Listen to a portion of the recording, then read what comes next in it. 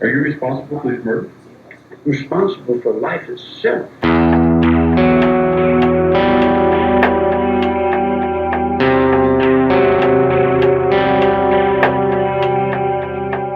Hello, I'm Jim Witt with the Star-Telegram, and I'm here with Jeff Gwynn, who used to be an investigative reporter at the Star-Telegram, and now he is a noted novelist.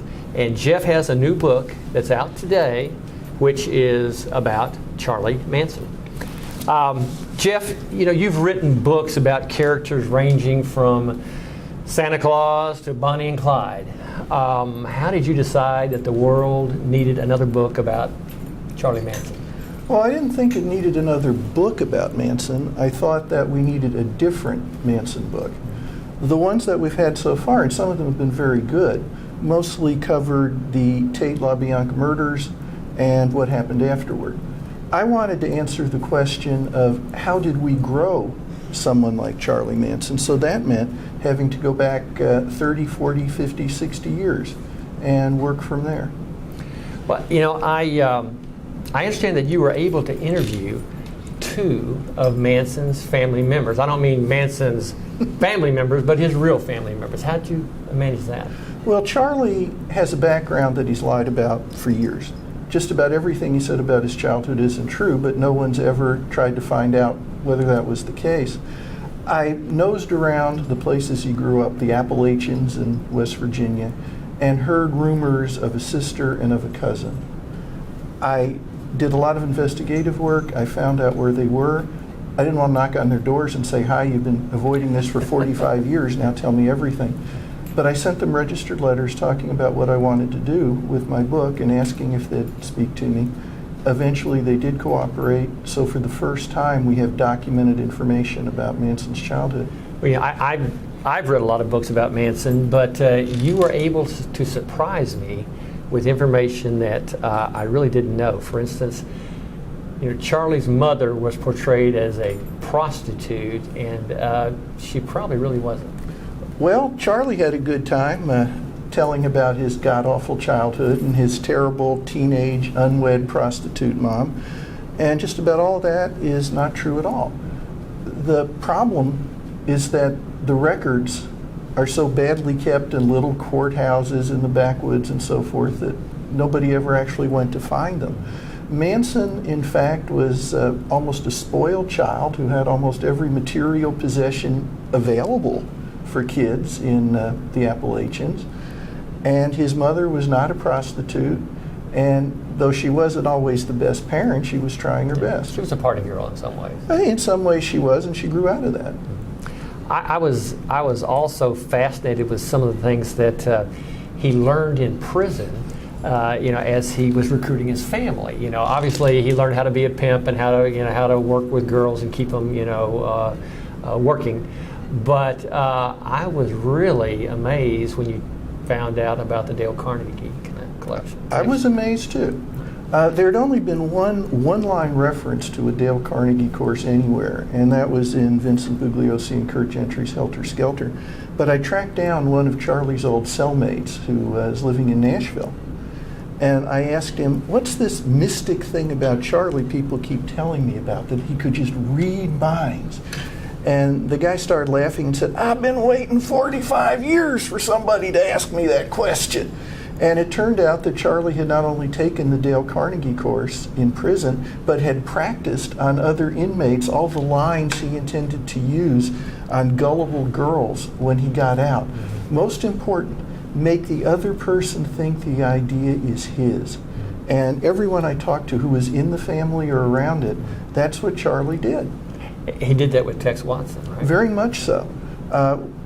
Tex, to this day, will swear Charlie's the one that ordered me to go out and kill those people at Cielo.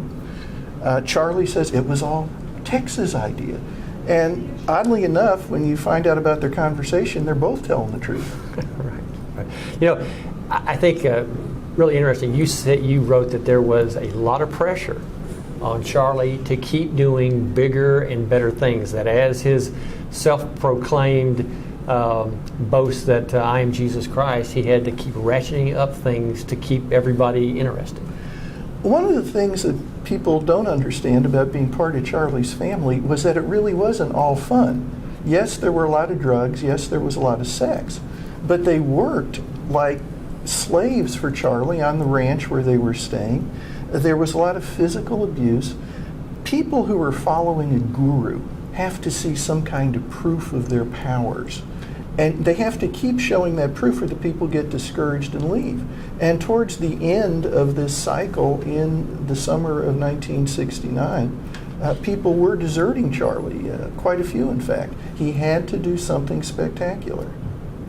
Now, he had the family convinced that Helter Skelter was coming. This Right. is a race war that blacks would annihilate whites, and Charlie's family would then come to the forefront because Blackie knew that he couldn't really run things and he needed somebody to Right. be the boss.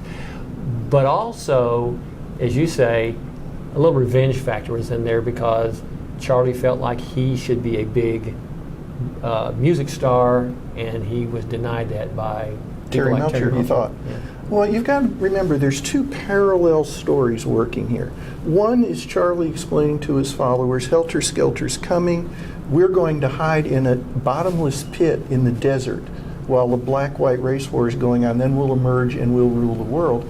And then the other thing, which right up until the end was not even something most of Charlie's followers were aware of, was his burning ambition to become a rock star bigger than the Beatles. When he finally let them know how much that mattered, what happened was he got turned down for the record deal. He had to do something else before they focused on that. That's why we had the murders.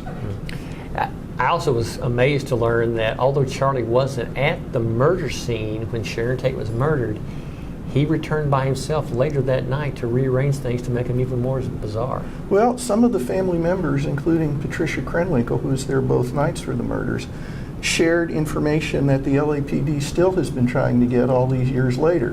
One of which was, did Charlie ever go back or not?